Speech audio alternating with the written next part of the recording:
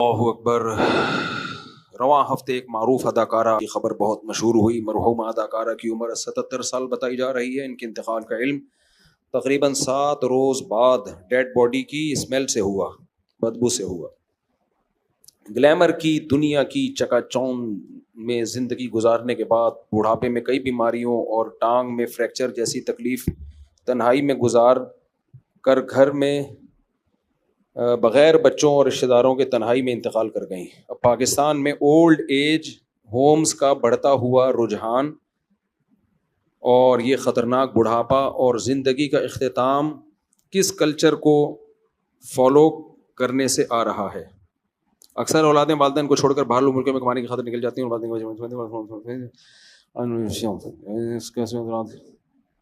ہاں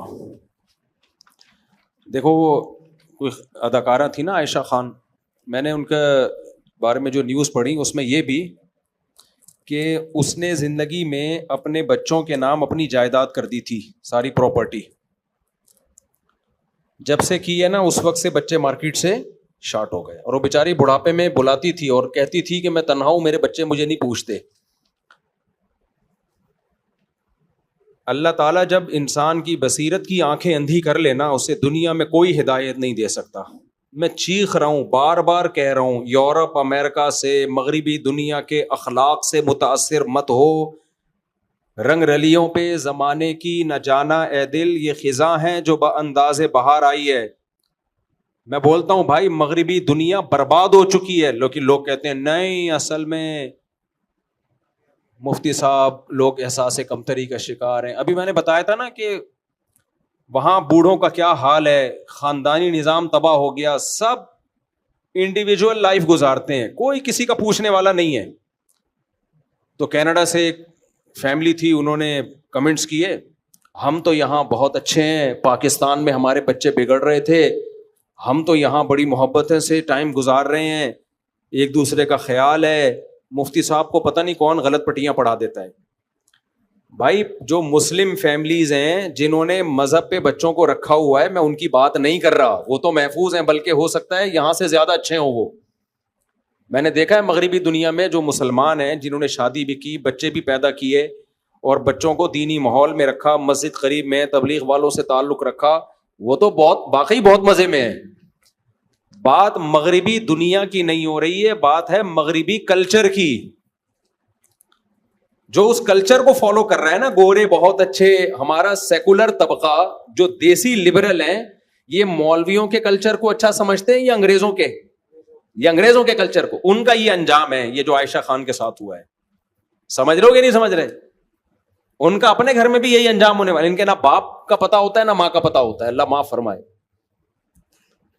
نہ ان کی اولادیں ان کو پوچھتی ہیں، کیونکہ مذہب تو سکھایا نہیں۔ یاد رکھو، بڑھاپے میں ماں باپ کی بھرپور خدمت یہ مذہب کی موٹیویشن کے بغیر ممکن نہیں ہے۔ مذہب بہت بڑے بڑے کام کرا لیتا ہے، اس کے علاوہ نہیں ہو سکتا۔ میں مثال دیتا ہوں، رمضان کے 1 مہینے کے ہم سب روزے رکھتے ہیں، میجورٹی مسلمانوں کی رکھتی ہے۔ 1 مہینہ بھوکا پیاسا رہنا، کیا گورنمنٹ اگر لا بنائے ہم کر لیں گے؟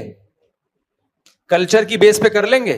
کسی سوسائٹی میں کلچر ہے جی 1 مہینہ بھوکا پیاسا رہنے کا، کلچر کو انسان اتنا باپ نہیں بناتا، صحیح ہے نا؟ 1 مہینہ بھوکا پیاسا رہنا، یہ اللہ کو لے کر آئیں گے نا اپنی سوسائٹی میں، اور اللہ کہے گا 1 مہینہ روزے رکھو، انسان جان بھی دے دیتا ہے، روزہ تو دور کی بات۔ جو لوگ اپنے دین کی خاطر جان دے دیتے ہیں، یہ مذہب کی موٹیویشن ہے۔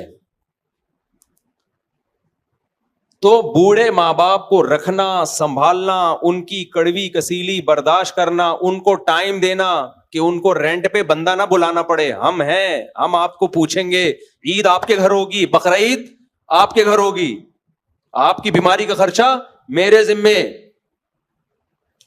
پراپرٹی بیچ کے آپ کا علاج کروں گا، سب سے پہلے آپ، باقی سب بعد میں۔ یہ مذہب کی اور اللہ کی موٹیویشن کے بغیر، اللہ کو اپنے گھر میں، سوسائٹی میں ان کی بغیر یہ ممکن نہیں ہے۔ کچھ بھی کر لو، گورے نے اللہ کو نکالا مارکیٹ سے، اپنی سوسائٹی سے، نتیجہ کیا نکلا؟ ویسے اخلاق دیکھو، thank you, nice to meet you, صبح شام ہمیں کہتے ہیں کم بخت بد اخلاق ہوتے ہیں، بدتمیز ہوتے ہیں، تو چند اخلاق تو آ گئے ظاہری طور پر۔ حشر کیا ہوا ہے سوسائٹی کا یار, ماں تک کو نہیں پوچھتے. اچھا یہ بات بھی بہت لوگوں کو بری لگتی ہے, نہیں ہم نے تو یہاں انگریز کو دیکھا ہے اپنی ماں کی بڑی کیئر کرتا ہے. بھائی صاحب وہ کیئر میں اور ہماری کیئر میں زمین آسمان کا فرق ہے. یہ ایسا ہی ہے جیسے انگریز اپنی بیوی کی بڑی کیئر کرتے ہیں. کتنا کرتے ہیں, لڑتے نہیں ہیں, تھپڑ نہیں مارتے. یہ کیئر تو آج آپ کی بیوی آدھا بل دے گیس کا, آدھا خرچہ سارا خود اٹھائے. وہ کیا خیال ہے, میری گھر والے اگر میرے 4 گھر والے مجھے کہہ دیں کہ آپ کا اتنا خرچہ, مجھے کتنا خرچہ ہو رہا ہے, کبھی چھاؤں میں آؤ بتاؤں گا, اور چندے کے پیسوں سے نہیں کر رہا میں, یہ بتا دوں میں 1 روپے چندے کا دائیں میں اپنا ہے سارا. لوگ کہتے ہیں سورس آف انکم کیا ہے, کہ وہ بھی کبھی چھاؤں میں آؤ بتا دوں گا, حلال ہے, بزنس ہے, کاروبار ہے. تو اب مولویوں کو, لوگوں کو کھاتے ہوئے پیتے ہی اچھے نہیں لگتے, تو پھر تو تمہارا مسئلہ ہے نا, پھر تو وہی کیڑوں والا لطیفہ فٹ ہوگا تمہارے اوپر. تو اب اگر میرے گھر والے مجھے کہیں نا, میرے 4 گھر والے, اللہ ان کو یہ کہنے کی توفیق عطا فرمائے کہ ایسا ہے کہ آپ کا خرچہ بہت ہو رہا ہے, آپ کا اپنے لیے تو کچھ بچتا ہی نہیں ہے, وہی جو ریوو تھی کتنے سال سے لے کے گھوم رہا ہوں, وہی لے کے گھوم رہے ہو. 19 کی رپورٹ تھی, اب الحمدللہ 19 ہو گئے. ان کا اسکول, گیس, ان کے بیماریاں, گیس سے مراد پیٹ کی گیس بھی کسی کو ہوگی تو اس کا بل بھی ہم بھرتے ہیں, یعنی بچہ اگر بیمار ہوگا تو ایکچولی ایسا ہے کہ ہمیں پتہ چلا آپ کا خرچہ بہت ہو رہا ہے, تو آدھا اب ہم کریں گے, آدھا آپ. میرے تو اخلاق ہی اخلاق ہوں گے اس دن کے بعد. میں گھر میں جاؤں گا, nice to meet you, nice to meet you. تو یہ فری پھوکٹ کے اخلاق تو ہیں, وہ تو بہت اچھا ہے, گورے میں ہوتے ہیں. تو یہ والے اخلاق, لوگ کہتے ہیں گورا اپنی بیوی کے ساتھ بہت اچھا ہوتا ہے, تو ہوگا نا اچھا, اس کو کیا, اس سے اس کی رسپانسبلٹی کیا ہے, کوئی دھیلے کی ذمہ داری اس کے کندھوں پہ نہیں ہے, تو اچھا ہی ہوگا. اور کیا ہوگا, عورت بھی اپنے شوہر سے اچھی ہوگی, کیونکہ تھیلے کی کوئی رسپانسبلٹی عورت پر شوہر کی ہے ہی نہیں. بوائے فرینڈ بنانے تک جب پابندی نہیں ہے تو ایسا ہسبینڈ تو سب کو پسند ہوگا میرے بھائی. نہیں آئی, آپ گورے کی بیوی ہو, فرض کرو آپ کا ہسبینڈ آگے, کوئی بھی نیلسن یا مائیکل ملنے کے لیے آ گیا, آپ کے ہسبینڈ کچھ کہہ ہی نہیں سکتا آپ کو.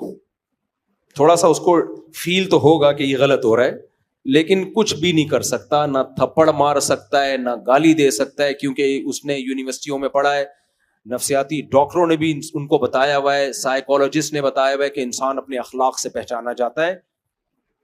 تیز آواز سے بات کرنا, جذباتی ہونا, رگے پھولنا, یہ پاکستانی جیسے جو غریب ملکوں کے لوگ ہیں جو بنیاد مرصوص پہ بس خوش ہو گئے, وہ باقی تو کچھ ہے نہیں ان کے پاس, اسی پہ ان کی اسٹیبلشمنٹ ان کو مطمئن کر دیا, چپ کر کے بیٹھے رہو آرام سے, بس اتنا کافی ہے فی الحال. تو یہ غریبوں کا کام ہے. تو انگریز کیا کرتا ہے, وہ اس کو پتا چل جائے بیگم نیلسن کے ساتھ گھوم رہی ہے, صحیح ہے, تو نہ وہ ڈانٹ سکتا ہے نہ وہ مار سکتا ہے, کیس ہو جاتا ہے. تو بیگم تو پھر اچھی ہوگی میرے بھائی.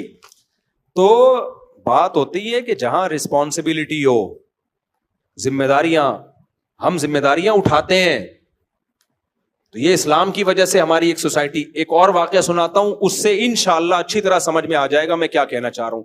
کل کی بات ہے, مجھے ایک سسٹم خریدنا تھا, میں صدر گیا اپنے دوستوں کے ساتھ, کمپیوٹر خریدنا تھا. میں گیا صدر مارکیٹ میں, ایک ایل ای ڈی لینی تھی, جن سے میں نے ایل ای ڈی لی, میں ان کے پاس آ کے بیٹھ گیا. کل کا واقعہ, یہ پرانا نہیں ہے. وہ کھا رہے تھے انڈا چھولا اور روٹی, خدا کی قسم بہت دل چاہ رہا تھا کہ مجھے بھی پوچھیں, لیکن میں نے عزت پہلے, کیونکہ وہ انڈا چھولا, اور ان کو پتا یہ بھی تھا میرے ساتھ, میں ان سے بار بار کہہ رہا تھا یہ پوچھ نہیں رہے یار. ان کو لگ رہا تھا ہم مفتی صاحب کو چھولے اور انڈے اور یہ روٹی کھلائیں, یہ مفتی صاحب کی انسلٹ ہے. ان کا خیال تھا مفتی صاحب ہیں بھائی, انڈے چھولے کیا مفتی صاحب. اور میرا خدا کی قسم جو دل چاہ رہا تھا نا انڈے چھولے کھانے کا, اور وہ کھائے, اتنی دیر لگا دی انہوں نے, بھائی ہٹاؤ یار جلدی سے, میرا دل چاہ رہا ہے کھانے کا. یہ تو اب میں راز فاش کر رہا ہوں, ورنہ ان کے سامنے تو عزت سے بیٹھا. وہ کہہ رہے تھے کچھ کھانا ہے, میں نے کہا نہیں کچھ, لیکن مجھے بھوک لگ رہی تھی, اور میرا انڈے چھولے, ان کو پتا ہے میں پہلے کہہ رہا تھا یار کوئی دکان دیکھو یا کوئی چھولے کی دکان ہو, تو وہ تو تھی نہیں, وہاں گئے تو وہی کھا رہے تھے. خیر اب ان کو پتا چلے گا تو افسوس ہوگا, اب کیا فائدہ یار, اب کیا فائدہ.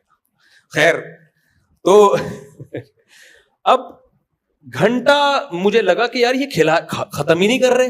میں ساتھ میں بیٹھا ہوا ہوں, چائے کا پوچھ رہے ہیں, یا تو پوچھیں یا کھا کے ختم کریں. اب وہ اتنی دیر ہو گئی تو میں نے کہا آپ ماشاءاللہ، پھر میں نے ویسے ہی پوچھا، میں نے کہا انکل ماشاءاللہ آپ 1 گھنٹے سے میں دیکھ رہا ہوں آپ انڈے چھولے کھا رہے ہیں، بہت اسپیڈ سلو ہے آپ کی کھانے میں.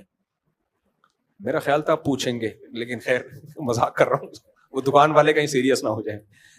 تو انہوں نے کیا کیا، انہوں نے کہا کہ یہ میرا معذور بیٹا ہے، یہ بہت آہستہ ہے. وہ اصل میں اس معذور کو کھلا رہے تھے، معذور بیٹے کو، ایک بیٹا معذور تھا اس کو کھلا رہے تھے. تو 1.5 گھنٹہ تو لگا ہوگا، اور اس وقت تک بھی بہت چھوٹے نوالے بنا کے وہ کافی دیر تک چباتا رہتا، اس کو چباتا رہتا.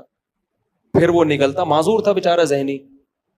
اچھا، دکان میں جو ان کے دوسرے بھائی تھے وہ مجھے کہنے لگے مفتی صاحب یہ ہمارا اکلوتا معذور بھائی ہے، اب سب ماشاءاللہ بھائی ہیں، یہ ایک معذور ہے تو ہم اس کو بھی دکان پہ اپنے ساتھ لے آتے ہیں، اس کو ہم ہر وقت اپنے ساتھ رکھتے ہیں. باپ خدمت کر رہا ہے بیٹے کی، 1 گھنٹے سے اس کو نوالے بنا بنا کے کھلا رہا ہے. بھائی اس معذور بھائی کو ساتھ رکھ رہے ہیں کہ تھوڑا لوگوں میں بیٹھے گا، ہو سکتا ہے کچھ دماغی لیول اس کا ٹھیک ہو جائے. میں نے ان سے اسی وقت کہا، میں نے کہا خدا کی قسم یہ ظرف انگریز کے پاس بولو نہیں ہے، حالانکہ یہ کوئی بہت مذہبی گھرانہ بھی نہیں ہے. میں نے کہا میں نے باہر ملکوں میں بھی سفر کیا، وہاں معذور کے ساتھ پتہ ہے کیا ہوتا ہے، گورنمنٹ بہت اچھا سلوک کرتی ہے. جیسے ہی آپ کا بھائی بہن کوئی معذور ہے آپ گورنمنٹ سے رابطہ کرتے ہیں، بھائی کوئی انتظام کرو، وہ کوئی ملازم رکھتے ہیں. وہ اسی لیے رکھتے ہیں، ان کو پتا ہوتا ہے کہ یہاں مسلمان ہوں، خاندانی لوگ ہوں، وہ ایک الگ بات ہے، نارملی کوئی نہیں یہ پھٹیک پالتا. بھائی اولڈ ہاؤس میں جمع کراؤ، معذور خانے میں جمع کراؤ، یہاں ہی رکھنا ہے تو گورنمنٹ سے بندہ لو، گورنمنٹ کا بندہ پھر وہ بڑی ایکوریسی سے کام، اس کو تنخواہ ملتی ہے، 12 گھنٹے میں شفٹیں چینج ہوتی ہیں. یہ کیوں ہے وہاں کی گورنمنٹ اتنی اچھی؟ ضرورت ایجاد کی ماں ہے، ان کو پتا ہے کہ گورنمنٹ ان معذوروں کا خیال نہیں کرے گی، ان کا اتنا ظرف نہیں ہے کہ یہ معذوروں کا خیال کریں. ایک تو بہن بھائیوں کی تعداد بہت تھوڑی ہوتی ہے، یہاں تو 4-5 بھائی اور ابا مل کے پال رہے ہیں ایک معذور کو. ایک ہی بھائی ہوگا تو وہ تو ساری رسپانسبلٹی اس کی ہوگی، کھلائے گا بھی وہ، دکان بھی وہی چلائے گا.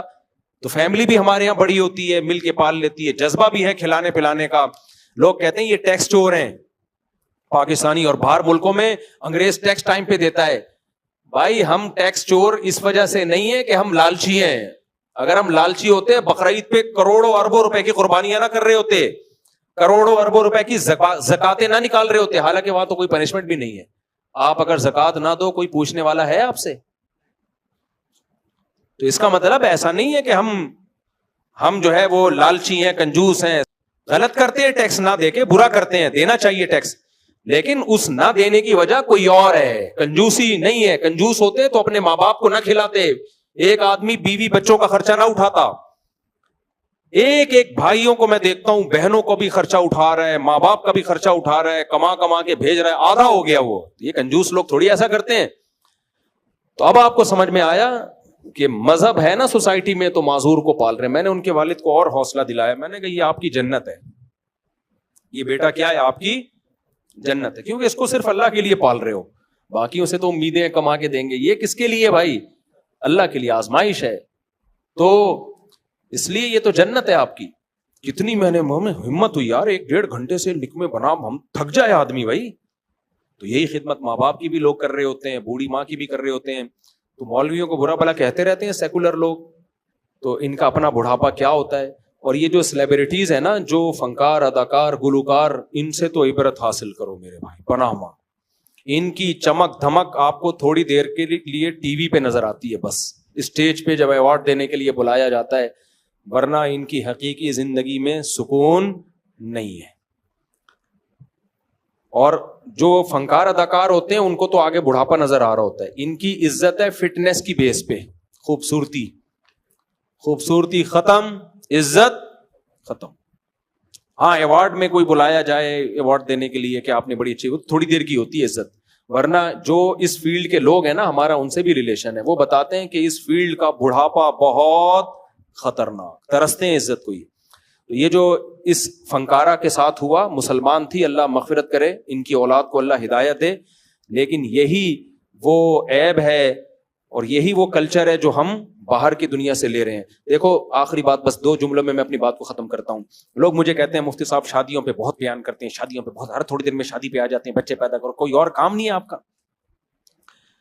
دیکھو علامہ ابن تیمیہ رحمہ اللہ کا قول ہے، کہ اگر تمہیں سمجھ میں نہ آ رہا ہو نا تمہارا سب سے بڑا دشمن کون ہے, تو اپنے دشمن کے تیروں کا تمہارا سب سے بڑا دوست کون ہے, تو اپنے دشمن کے تیروں کا رخ دیکھ لو کس کی طرف ہے. تمہارا دشمن کا جو سب سے بڑا دشمن ہے وہی تمہارا سب سے بڑا دوست ہے. اسی طرح یاد رکھو کہ دشمن کی انویسٹمنٹ کس چیز پہ سب سے زیادہ ہو رہی ہے. آپ کو معلوم ہے مغربی دنیا کیا ہماری نماز روزے سے ناخوش ہے؟ بولو. کبھی آپ نے دیکھا کہ جو اسلام دشمن عناصر ہیں کبھی حج کے خلاف انہوں نے آواز اٹھائی ہو کہ حج بین ہونا چاہیے؟ کبھی سنا آپ نے کہ اربوں روپے خرچ کر رہے ہو یار یہ حج کا سیٹ اپ ختم کرو؟ نہ. کبھی آپ نے سنا کہ یار یہ جو مسجدیں پھیلتی چلی جا رہی ہیں بند ہونی چاہیے؟ کبھی سنا؟ یورپ امریکہ میں جتنی چاہیں مسجدیں بنا لیں آپ, لیگل وے میں چلیں, کوئی پابندی نہیں ہے. تراویاں پڑھیں عشاء کے بعد سے لے کے فجر تک پڑھیں, کوئی پابندی نہیں ہے, اور نہ اس کو روکنے پہ وہ پیسہ خرچ کر رہے ہیں. میں سمجھا پا رہا ہوں اپنی بات؟ پتہ ہے دو چیزوں پہ پیسہ خرچ ہو رہا ہے صرف. اسلام کے خلاف نہیں ہے وہ لوگ, اسلام کی دو چیزوں کے خلاف ہیں, اسلام کے خلاف نہیں. اور یہ دو چیزیں اگر ان کو اسلام کے علاوہ کہیں اور نظر آئے تو اس کے بھی خلاف ہیں. پھر وہ اگر یہ ہندو میں ہوں گی وہ اس کے بھی خلاف ہوں گے. دو چیزوں کے خلاف ہے. نمبر ایک, وہ کہتے ہیں یہ جو بینکاری ہے نا سودی ہونی چاہیے. اسلام کا جو انویسٹمنٹ کا اور انکم کا جو سسٹم ہے نا یہ اسلام کا نہیں ہونا چاہیے, کیونکہ اسلام نے سود پہ پابندی لگائی, اس سے دولت چند ہاتھوں میں مرتکز ہوتی ہے. حضرت مفتی تقی عثمانی صاحب پر جو امریکہ میں پابندی لگی ہے وہ پتہ ہے کس بیس پہ لگی ہے؟ اسلامک بینکنگ کی بیس پہ. یہودیوں نے بولا کہ یہ اسلامک بینکنگ کو پروموٹ کر رہے ہیں, اس سے ہماری دکان بیٹھ جائے گی. اور مجھے افسوس ہوتا ہے جب میں مفتی تقی عثمانی صاحب کے خلاف کلپ دیکھتا ہوں نا کہ معاذ اللہ سود خور ہیں یہ, انہوں نے سود پہ حلال کا لیبل لگا کے کھا گئے. یہودی سے جا کے پوچھو مفتی تقی صاحب نے یہودیوں کو کتنا نقصان پہنچایا ہے. انہوں نے مفتی تقی صاحب کو امریکہ میں بین کروا دیا, پوری کتاب چھپی ہے انگلش میں یہودیوں کی مفتی تقی عثمانی صاحب کے خلاف. اس بیس پہ پابندی لگی ہے اور ہمارے لوگ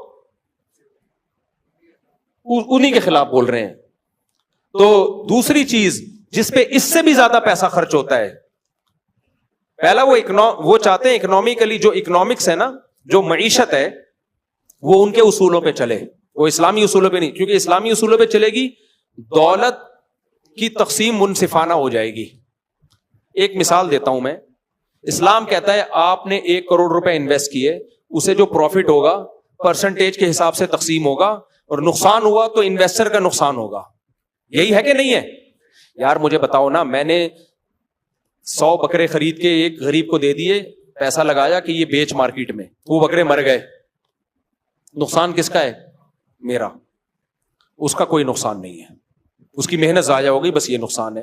یہ منصفانہ تقسیم ہے کہ بیچارے کے پاس پہلے ہی پیسہ نہیں تھا, لاس بھی اس پہ ڈال دو, اس کا تو دیوالیہ ہو گیا. اب یہ اگر اسلامی طریقے سے ہو تو مزاربت کی بیس پہ ہوگا. بھائی میرا پیسہ ہے, محنت تیری ہے, پروفٹ پرسنٹیج کے, جتنا پروفٹ ہوگا تیری پرسنٹیج بھی بڑھے گی اس میں. اب ہو کیا رہا ہے, میں اگر سود کی بیس پہ دوں تجھے بکرے خریدنے 1 کروڑ روپے میں نے تجھے لون دیا. کیا دیا؟ قرضہ. یہ لون تو نے نفع کے ساتھ لوٹانا ہے. اس نے لون کے بکرے خریدے, بکرے مر گئے, اس نے مجھے سود بھی دینا ہے, اور وہ 1 کروڑ کہاں سے دے گا وہ؟ تو اس سے کیا نقصان ہوتا ہے سودی نظام سے؟ غریب کا بیڑا, یار غرق تو بول دو نا, اس میں کیا جا رہے ہیں آپ؟ بیڑا غرق کروا تھوڑی رہے ہیں, آپ سے بلوا رہے ہیں کہ ایسا ہوتا ہے بیڑا غرق. تو کبھی بھی تبھی آپ دیکھو یہ تاجر لوگ ہم سے زیادہ تر تاجر نماز کے مسئلے پوچھیں گے, زکوٰۃ کے مسئلے پوچھیں گے, قربانی کے پوچھیں گے, تجارت کے بہت کم پوچھتے ہیں. میں نے ایک دفعہ پنجاب میں کوئی تاجروں سے بات کی کہ میں ایک ورکشاپ کروانا چاہتا ہوں تجارت کے شرعی مسائل پر, ہم تاجروں کو ٹریننگ دیں گے کہ شرعی لحاظ سے تجارت کب جائز ہوتی ہے کب ناجائز. آج تک وہ دن نہیں آیا, کہہ رہے ہیں تاجر لوگ آمادہ ہی نہیں ہوتے اس پہ. میں نے کہا ان کو بولو ڈرو مت, ہم کوئی آپ کے تجارت بند نہیں کر. ان کو ڈر لگتا ہے یار یہ حرام چیزوں پر ہم کو کھائیں گے کہاں سے ہم. میں نے کہا شریعت میں متبادل ہے, جائز متبادل. تو سب سے زیادہ وہ کوشش کس پہ کرتے ہیں؟ معاشی نظام ان کا چلے, کیونکہ پیسہ ان کی مرضی کے لوگوں کے ہاتھ میں آئے. دوسری چیز جس پہ اس سے بھی زیادہ انویسٹمنٹ ہے وہ آپ کا فیملی سسٹم تباہ کرنا. بات سمجھ میں آ رہی ہے کہ نہیں آ رہی ہے؟ اب اس کے لیے انہوں نے لیبل اچھے اچھے لگائے. اگر وہ ایسے کہتے کہ زنا کو معاشرے میں عام کرو, خاندانی نظام کو تباہ کرو, تو ہم مان لیتے؟ بولو نا, مان لیتے ہیں. جب کوئی چرسی کسی کو چرس پلاتا ہے تو یہ کہتا ہے میں چاہتا ہوں جیسا میں برباد ہو گیا ہیروئن پی کے میری ہڈیاں نکل آئیں, تو بھی ہڈیاں نکال, تو بھی مر, تیرا پروگرام جائے گا ور. کیسا شعر کہا میں نے. تو پیے گا ہیروئن, وہ آئے گا کہ ہم تو ڈوبے ہیں صنم, تم کو بھی لے ڈوبیں گے. وہ آئے گا لگا کے دے, خدا کی قسم ایسا مزہ آئے گا, مزہ نہ آئے پیسے واپس. آپ اس کو بولے تیری تو ہڈیاں نکل گئیں. ابے یہ ہڈیاں نہیں ہے, لائف کو انجوائے کرنا اسی کو تو کہتے ہیں. اور تو اتنا نہ پینا کہ ہڈیاں نکل آئیں. تو وہ اچھے لیبل لگائے گا. تو اب مقصد تھا خاندانی نظام کو تباہ اور برباد, کیونکہ ہمارا مذہب اگر محفوظ ہے نا, ہم مسلمان ہیں بھائی, یہ سوسائٹی ہے نا, سوسائٹی سے نکلنا آسان تھوڑی ہوتا ہے. تو اس خول سے نکالا جائے, اس کے لیے انہوں نے مردوں سے زیادہ محنت کی عورت پہ. بے حیائی مردوں سے نہیں پھیلتی, مرد ہمیشہ سے ٹھرکی تھے, ٹھرکی ہیں, ٹھرکی رہیں گے, سوائے چند فیصد لوگوں کے. مرد کو جب عورت فری میں ملتی ہے, تہجد گزار ہوگا, نیک ہوگا, وہ جائے گا کہے گا توبہ کر لوں گا بعد میں, ایک دفعہ ٹھرک پوری کرو. اللہ ماشاءاللہ بہت کم لوگ یوسف علیہ السلام جیسے, اور جو 7 آدمی عرش کے سائے میں ہوں گے جن کو عورت دعوت دے اور وہ زنا سے بچ جائیں, ایسے لوگ مارکیٹ میں کیا ہوتے ہیں, شارٹ. عورت کی طبیعت میں اتنی ٹھڑک نہیں ہوتی, اس کی طبیعت میں حیا ہے. وہ چاہتی ہے بھائی میں اپنے شوہر کے حوالے اپنے آپ کو کروں گی, میرا شوہر ہو, میرے بچوں کا باپ ہو, مجھے خاندان ملے, مجھے سوسائٹی ملے, مجھے عزت ملے, جیسے میری ماں کو ملی تھی, میری دادی کو ملی تھی. ایسے ہی تھوڑی کوئی بھی آ جائے میرے پاس. تو انگریز نے سوچا کہ محنت مرد پہ نہیں کرنی, کس پہ کرنی ہے, عورت پہ. کس پہ کرنی ہے بھائی, اور عورت کا بیڑا غرق کرنا ہے. تو اس کو کہا کہ آزادی, کیا اس کو سکھایا, پردے سے آزاد ہو جاؤ, بس اتنا کافی ہے. گھر کی 4 دیواری سے آزاد, جاب کرنا جیسے تمہارا حق ہے, جیسے تمہارے شوہر کا حق ہے, تمہارا بھی حق ہے. ابے جاب کرنا حق نہیں ہوتا, کمبختوں ذمہ داری ہوتی ہے. تم کمبختوں یہ ذمہ داری کو کیا کہہ رہے ہو, حق ہے. بے وقوفوں والی بات ہے یار, میں کما رہا ہوں, یہ میرا حق نہیں ہے, میری ذمہ داری ہے. اگر آپ مجھے ذمہ داری سے ہٹا دیں گے میری تو عیاشی بڑھے گی. واہ بھائی واہ. اسلام نے عورت کو آزادی دی تھی کہ تم جاب کی پابندیوں سے آزاد ہو, تمہارے شوہر کی ذمہ داری ہے جاب کرنا. اس کو بول دیا کہ تم آزاد ہو, جاب کرو. ابھی ایک لبرل انٹی کا بیان آیا, بڑا خاندانی بیان کیا. اس نے کہا ہمیں الو بنایا گیا ہے کہ جاب کرنے میں ہم آزاد ہیں. کہہ رہے ہیں آزاد نہیں, ہم تو اور مصیبت میں آ گئے. ہم جاب کر کے کمبخت سسرال کو بھی کھلا رہے ہیں, بچہ بھی پال رہے ہیں, اور گھر بھی ہم سنبھال رہے ہیں, اور میاں صرف ایک جاب کر رہا ہے. ہمارا تو بیڑا غرق ہو گیا. تو عورت کو آزاد کیا, شوہر سے آزاد, بھائی سے آزاد, باپ سے آزاد. اس کو دفتر میں جا کے باس کا غلام بنا دیا, جہازوں میں ایئر ہوسٹس کو کمپنیوں کا غلام بنا دیا. مجھے سب سے زیادہ ترس ایئر ہوسٹس پہ آتا ہے. کل میں ایک ویڈیو دیکھ رہا تھا, میں نے گھر والوں کو کہا, وہ ہم جہازوں کی ویڈیو دیکھنے کا مجھے بڑا شوق ہے کہ جو ہوتے ہیں نا جہاز کریش کیسے ہوئے یا کیسے بنتے ہیں. تو میں نے کہا یہ ہم جاتے ہیں نا کبھی لمبے روٹ پہ, امریکہ جا رہے ہیں تو 18-20 گھنٹوں کی فلائٹیں ہو جاتی ہیں. اس میں ایئر ہوسٹس کی ڈیوٹی 6 گھنٹے 8 گھنٹے 8 گھنٹے تک اس کی پیشانی پر لکیر آنے پر گورنمنٹ کی طرف سے پابندی ہے. نہیں آئی میرا خیال ہے بات, اس پر پابندی ہے کہ 8 گھنٹے میں ایک دفعہ آپ کی پیشانی پر, یہ نہیں آپ اس کو 100 دفعہ بٹن دباؤ نا, یہ چاہیے وہ چاہیے, یہ نہیں, یوں نہیں ہوگا, ایسے نہیں, وہ ایسے ہی. تھینک یو, شکریہ, تھینک یو. ابے خدا کی قسم بہت مشکل ہے یہ تھینک یو. آدمی کا دل چاہتا ہے رکھ کے چماٹ لگائے. بعض کسٹمر ایسے ہوتے ہیں, یار ابھی چائے پیتی ہے, ابھی پانی منگوا رہے ہو, ایک دفعہ منگواؤ نا. گھر میں تو بول دے گی بیوی, انڈے لینے بھیجا تھا, ڈبل روٹی اٹھا کے لے آئے. لیکن ایئر ہوسٹس نہیں کہہ سکتی. یہی ایئر ہوسٹس کسی مالدار کی بیوی ہوتی جو اس سے ڈبل مالدار ہوتا, وہ اس کو یہ ساری سہولتیں گھر میں اس سے ڈبل دے رہا ہوتا اور ڈانٹے بھی سن رہا ہوتا. لیکن مالدار کو دوسری شادی سے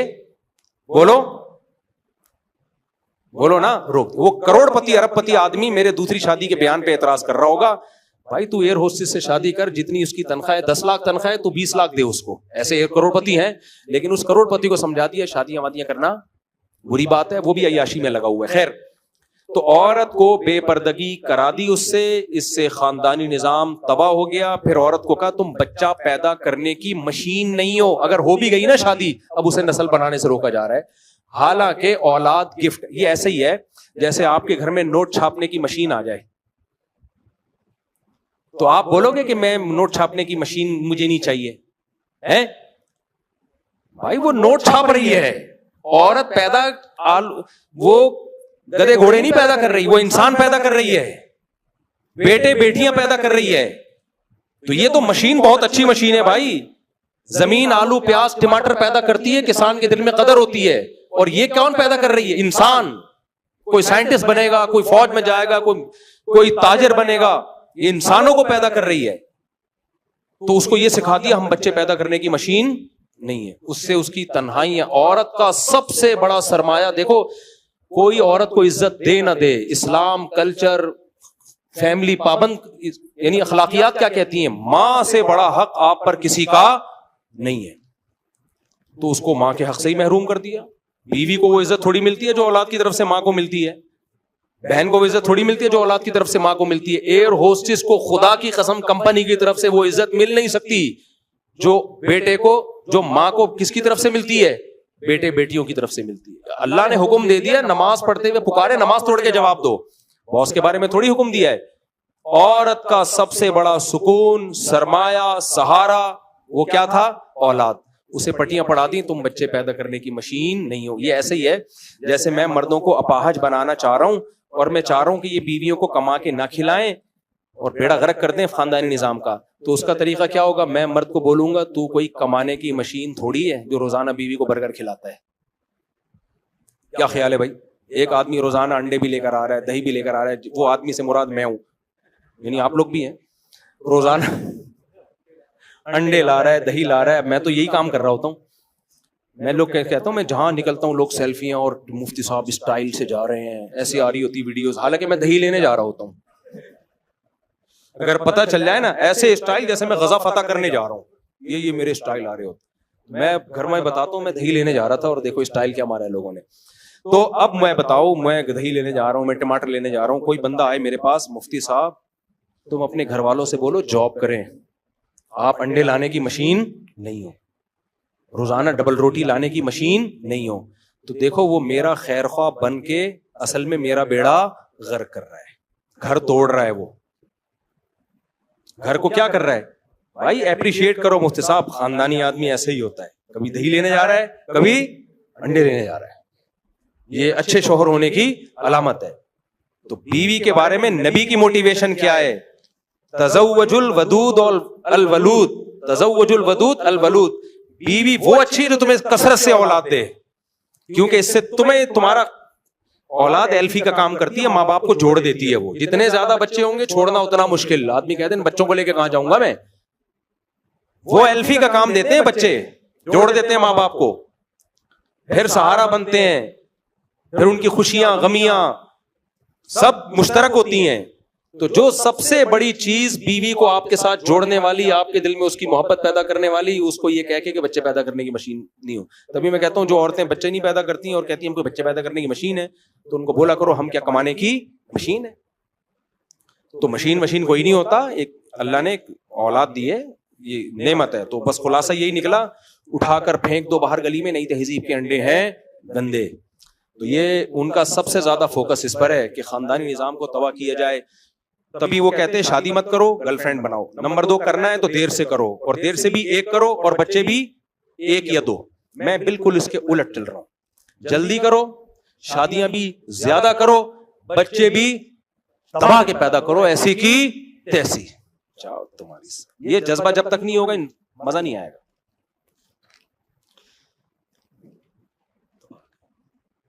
لوگ کہتے ہیں بگڑ جائیں گے, 2-4 اسپیئر میں بگڑنے کے لیے اتنے پیدا کرو کہ بگڑ بھی جائے نا, 2-4 تو کام کے نکلیں گے نا. ایک ہی انڈا وہ بھی گندا. ایسے لوگ ہیں, 2 بچے ان کی بیچارے عائشہ خان کے تو میرے خیال ہے 2 بچے تھے, 2 بچے تھے, انہوں نے چھوڑ دیا. اور پھر یہ 2 آپ کے کتنے 4 ہیں میرے سامنے, ادھر کنارے پہ بیٹھا کریں بیان میں, کنارے پہ بیٹھا, بہت غصہ. مفتی صاحب آپ نے ہاں کوئی صحت کا ایشو ہو تو وقفہ کرنے میں کوئی حرج نہیں ہے, شرعاً جائز ہے بھائی, صحت کی وجہ سے کہ بھائی اگر 2-3 بچے ہو جائیں, ذرا 1-2 سال وقفہ کر لیں, 2 سال وقفہ کر لیں, اس میں کوئی وہ شرعاً جائز ہے. ہم وقفے کے خلاف نہیں ہیں, ہم اس وقفے کے خلاف ہیں نسل کم کرنے کے لیے ہو, یہ وقفہ بڑھانے کے لیے کہ صحت ٹھیک رہے گی تو چلتا رہے گا یہ سلسلہ.